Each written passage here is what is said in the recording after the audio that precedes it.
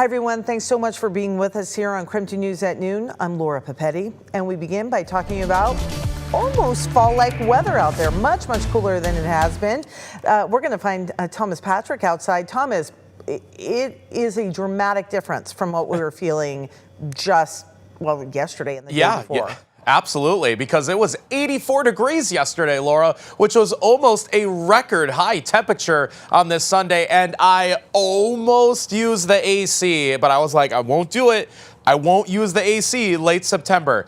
This time I know that the cooler weather is finally inbound, but it'll take still another day to get there. So we still have the warm weather, but a lot more cloud cover overhead. The sunshine above my head here definitely filtered out by this pretty widespread layer of cloud cover. We'll call this mostly cloudy. Cold front off to the west here, and the rain also along with it. A few spots are seeing a little bit of light rain around Moses Lake and just westward from there. So if you're hitting I-90, you might run into just a few very light rain showers. I'm also noticing that in areas east of Lewiston, so closer towards Orofino and Kamei, might be seeing a bit of light rain here. I do think most of the showers in the afternoon stay over the mountains, especially in this region in North Idaho. I think Spokane's chance for rain is actually really low until after sunset tonight, as you'll see. Current temperatures are still in the mid to upper 60s, a few spots just hitting 70 degrees. But watch this. We go from a chance of showers this afternoon to a bit more likely to get rainfall. We'll call it scattered showers for this evening. That's when that cold front finally arrives. So coming up, I'll show you how long the scattered showers will linger around for and how much cooler the weather will be, not just tomorrow, but the rest of the week here. All right, my friend, thank you. The Spokane County Sheriff's Office says one man is responsible for 3 separate incidents that happened in Medical Lake over the weekend, and that does include a deadly shooting.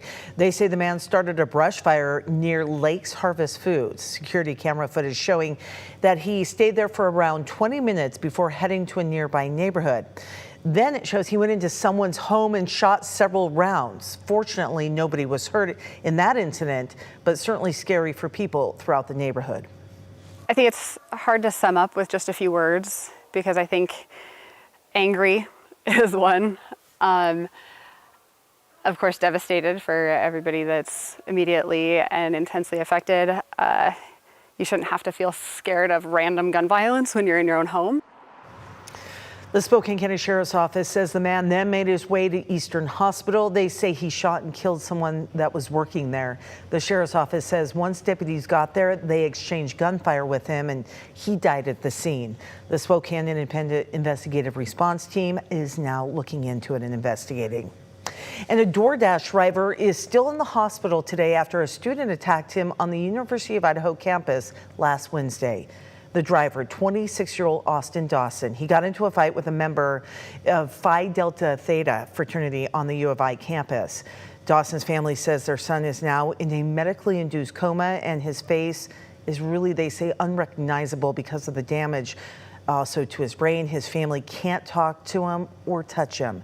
The doctor said he is now in stable condition. This is the worst thing besides them dying, this is next to that. And that's the only thing after that. And it's the worst thing you could ever have happen to you as a parent. It's debilitating and scary. The Phi Delta Theta General Headquarters released a statement about the incident, and they said they removed the student's membership and they are working with the chapter to investigate what happened. The Moscow Police Department is asking anyone with information to reach out, and you can call the number. It is on your screen at the bottom there, and certainly reach out and let authorities know. Also new today, or rather, coming in today, the DEA says they seized more than 50,000 counterfeit pills of synthetic opioid in Western Washington. Police arrested a person in Centralia after a months-long investigation. Now, the DEA says the pills contained what's called carfentanil, a type of synthetic opioid originally created for veterinary use, and it is about 100 times stronger than what we traditionally think of fentanyl. And in less than 2 weeks, the City of Spokane is making some changes to its homelessness response. New outreach teams will be out to connect with people with housing and services or get them into emergency shelters. The city says under the new model, the public can call 311 instead of 911. There will be street outreach teams in every police precinct 7 days a week. We've heard quite a bit from the community that when they see somebody who's maybe in a mental health situation, it's not really a 911 call, it's not life-threatening, but they don't really know who to call. If police see somebody, they'll be able to help dispatch this team out to get to those folks. We don't always need our police officers tied up in that response when potentially a social worker is the right person to respond. And another change is coming to the former Cannon Street shelter, which has provided 30 beds for the last year. Now it's closing during the evenings. Both initiatives are expected to roll out in early October. And a Medicaid program in North Idaho called Healthy Connections will likely be cut coming up in January.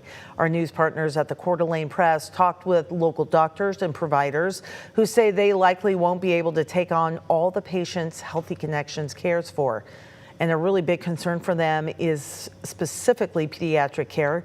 The concern is that cutting this program could leave hundreds of kids without access to the care that they need. The cut is from the bill Governor Brad Little signed into law back in April that changed Medicaid policies in order to control costs. Talking about Sandpoint now, the Chamber of Commerce is accepting applications for its annual community project. They will choose one nonprofit to work with, doing anything from beautification to fundraising to repairs. And our news partners over at the Bonner County Daily Bee say the applications are due by November 1st, and they'll choose 5 nonprofits to present their project proposal coming up on November 19th, and then they will choose one from there. Actually, a really cool program. All right.